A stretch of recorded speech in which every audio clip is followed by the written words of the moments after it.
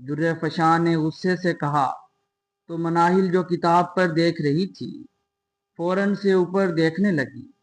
وہ حیران ہو رہی تھی کہ وہ جھوٹ کیوں بول رہی ہے۔ دراصل در فشاں مناہل سے جلتی تھی اور اسے یہ بالکل بھی منظور نہیں تھا کہ وہ ہر ایگزام میں ہی پہلے نمبر پر آئے، اور اب تو وہ 10ویں کے پیپرز کی تیاری کر رہے تھے۔ کچھ دنوں میں ہی 10ویں کے پیپرز ہونے والے تھے۔ وہ اپنی سیٹ سے کھڑی نہ ہوئی بلکہ وہیں پر بیٹھے بیٹھے جواب دینے لگی۔ در فشاں، میں نہیں بول رہی تھی، میں تو اپنا پڑھ رہی تھی، تم جھوٹ کیوں بول رہی ہو؟ وہ ذرا تیز آواز میں بولی تو در فشاں کو غصہ آ گیا۔ اسے یہ منظور نہیں تھا کہ کوئی اس کے سامنے یوں چلا کر بات کرے۔ شرم نہیں آتی تمہیں؟ میں تمہاری کلاس کی مانیٹر ہوں، اب کھڑی ہو جاؤ۔ تم پہلے بھی بول رہی تھی اور اب بھی تم مجھ سے بدتمیزی کر رہی ہو۔ آج تو میں تمہیں پرنسپل سر سے پٹوا کر ہی رہوں گی۔ وہ اسکول میں اپنے باپ کو پرنسپل سر ہی کہتی تھی۔ اس سے بھی بچیوں پر ایک رعب پڑتا تھا۔ مناہل کو اس پر بے انتہا غصہ آیا، لیکن وہ خود پر ضبط کیے بیٹھی تھی۔ اس نے باقاعدہ طور پر غصے کے مارے مٹھیاں بند کر رکھی تھیں۔ اس کا دل چاہ رہا تھا کہ در فشاں کا منہ توڑ دے، لیکن وہ بیچاری کچھ بھی نہیں کر پائی تھی۔ غربت نے اسے بولنا ہی نہیں سکھایا تھا۔ تم کھڑی ہو رہی ہو یا میں سر کو یہیں پر بلا کر لے آؤں؟ جب در فشاں نے تابوت میں آخری کیل ٹھوکا تو وہ بیچاری بک بند کرتے ہوئے سیٹ سے اٹھ کھڑی ہوئی اور در فشاں کے پاس پہنچ گئی۔ ساری کلاس ہنس ہنس کر اس کا مذاق بنا رہی تھی۔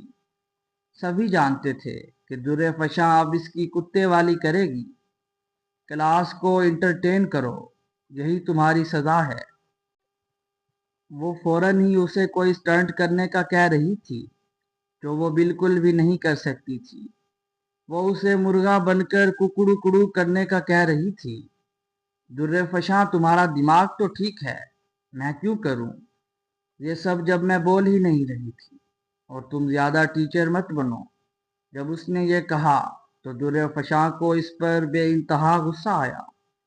اس نے اس کے منہ پر ایک زوردار تمانچہ رسید کیا۔ مناہل بیچاری منہ پر ہاتھ رکھے رہ گئی۔ اسے بے انتہا غصہ آیا، اسی لیے بدلے میں اس نے بھی در فشاں کے منہ پر ایسا تھپڑ لگایا کہ اینٹ کے بدلے پتھر سے جواب دیا تو در فشاں آپے سے باہر ہو گئی۔ وہ چیختی چلاتی ہوئی کلاس روم سے باہر نکل گئی۔ ساری کلاس میں سناٹا چھا گیا تھا۔ سبھی جانتے تھے کہ اب آگے کیا ہوگا۔ تھوڑی دیر بعد 9th کلاس کی ایک بچی آئی اور مناہل سے کہنے لگی کہ اسے پرنسپل سر اپنے کمرے میں بلا رہے ہیں۔ وہ بیچاری کامتی ٹانگوں کے ساتھ کلاس روم سے باہر تو نکل گئی، مگر پرنسپل کے آفس تک نہیں جا پا رہی تھی۔ راستے میں ہی اسے اپنے بابا مل گئے۔ وہ اسی اسکول میں چپڑاسی کی ڈیوٹی سر انجام دیتے تھے۔ بابا، مجھے پرنسپل سر بلا رہے ہیں۔ در فشاں نے میری الٹی سیدھی شکایتیں لگا دی ہیں۔ اب میں کیا کروں؟ بابا کو دیکھ کر اس کی آنکھوں سے آنسو ٹپکنے لگے تھے۔ اب تک تو وہ خود پر ضبط کیے ہوئے تھی، لیکن اب وہ خود پر بالکل بھی ضبط نہیں کر پا رہی تھی۔ بیچارہ نور الدین بھٹی بیٹی کی بات سن کر بہت زیادہ پریشان ہو گیا۔ بیٹی، کیا تو نے در فشاں کو کچھ کہا ہے؟ اس نے بلا وجہ تو تمہاری شکایت نہیں لگائی ہوگی نا؟ وہ بیچارہ گھبراتے ہوئے بولا تو وہ نفی میں سر ہلانے لگی۔ نہیں بابا، آپ کو کیا لگتا ہے کہ میں نے اس سے کچھ کہا ہوگا؟ آپ کو تو پتہ ہے وہ بلا وجہ ہی مسئلے بناتی رہتی ہے۔ آپ ان باتوں کو چھوڑ دیں اور مجھے یہ بتائیں کہ میں کیا کروں؟ وہ گیلی آواز کے ساتھ بولی۔ اس نے اپنے ہاتھ کی ہتھیلی سے رگڑ کر آنسو صاف کر لیے تھے۔ بیٹا، تم پریشان نہ ہو، تم جاؤ، اگر کوئی بات ہوئی تو میں آ جاؤں گا۔ اب پرنسپل صاحب نے بلایا ہے تو تمہیں جانا ہی ہوگا۔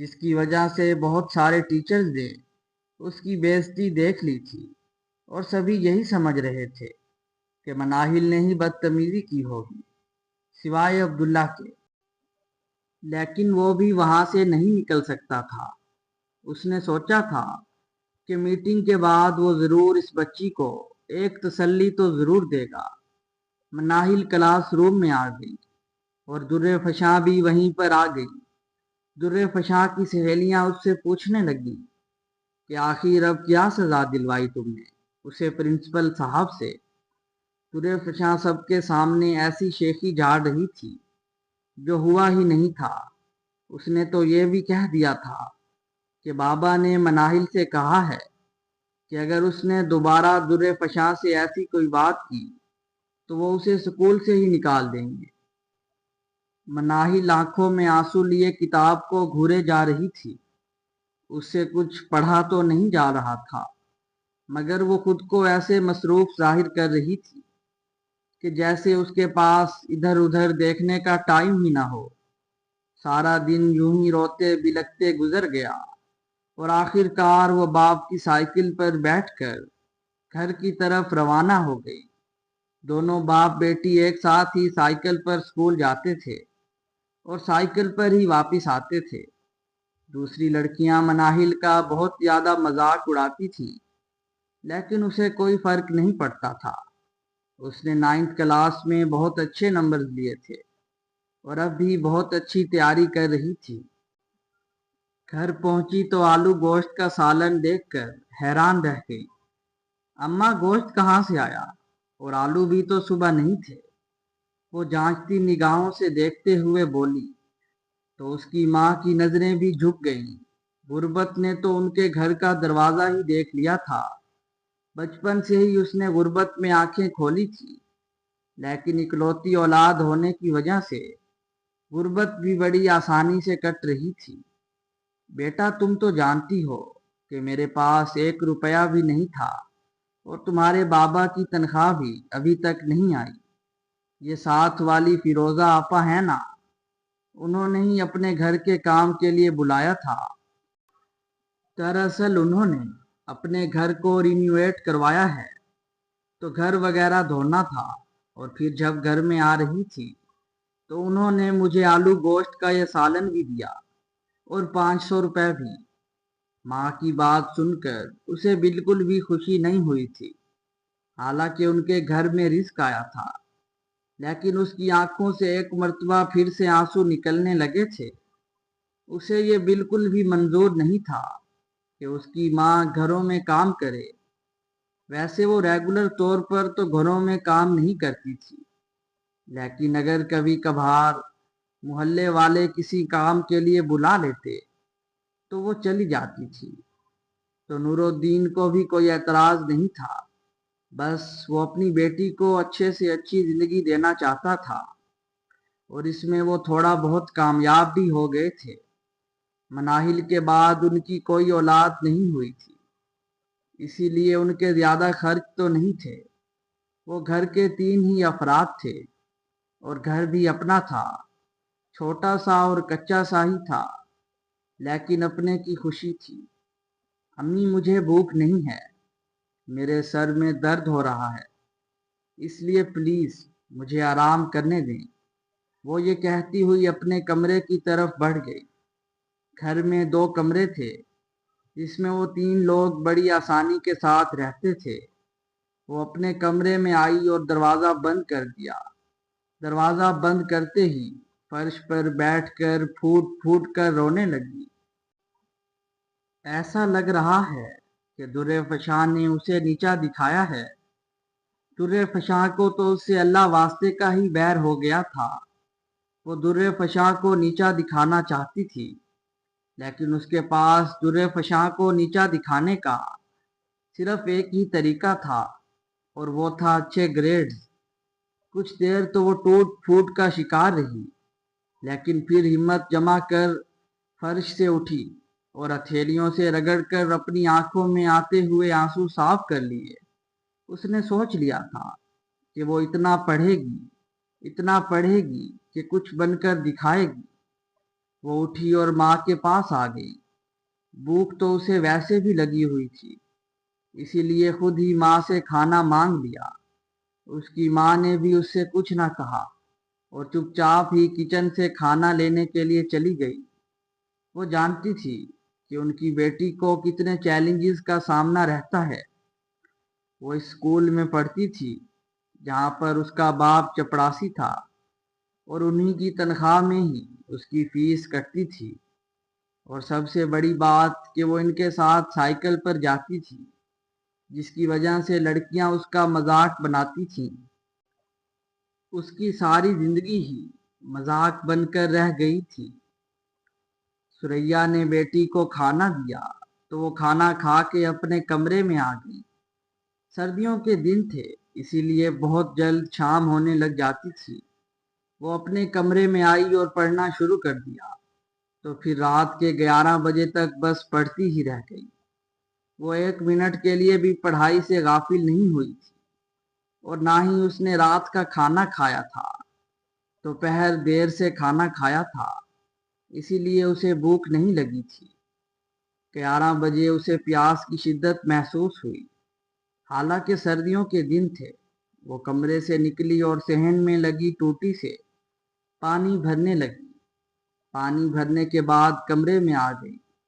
اسٹیل کے جگ سے اسٹیل کے گلاس میں ہی پانی انڈیلا اور گلاس لبوں سے لگا لیا۔ وہ بڑا سا گلاس گھٹا گھٹ پی گئی۔ اس کی بیزتی بار بار اس کا گلا خشک کر رہی تھی۔ ایسا لگ رہا تھا کہ درِ فشاں اسے سارے اسکول میں بدنام کرا دے گی، لیکن اس نے بھی سوچ لیا تھا کہ وہ ڈٹ کر اس کا مقابلہ کرے گی۔ کچھ دیر تو وہ مزید پڑھتی رہی، اور پھر رات کے 2 بجے بستر پر دراز ہو گئی تو بہت جلد ہی اسے نیند آ گئی۔ اس کی آنکھ جلد ہی کھل گئی۔ وہ صبح جلدی اٹھنے کی عادی تھی، بھلے جتنے بجے بھی سوئے۔ فجر کی نماز ادا کی اور پھر ٹیسٹ کی ریویژن کرنے لگی۔ پیپرز میں بس 25 دن ہی رہ گئے تھے، اور ان 25 دنوں میں وہ بہت زیادہ محنت کرنا چاہتی تھی۔ اس نے ناشتہ کیا، اس کے باپ نے بھی ناشتہ کر لیا تھا۔ پھر دونوں باپ بیٹی سواری پر سوار ہو کر اسکول کے لیے روانہ ہو گئے۔ راستے میں سائیکل کا ٹائر پنچر ہو گیا تو انہیں اور مشکل کا سامنا پڑا۔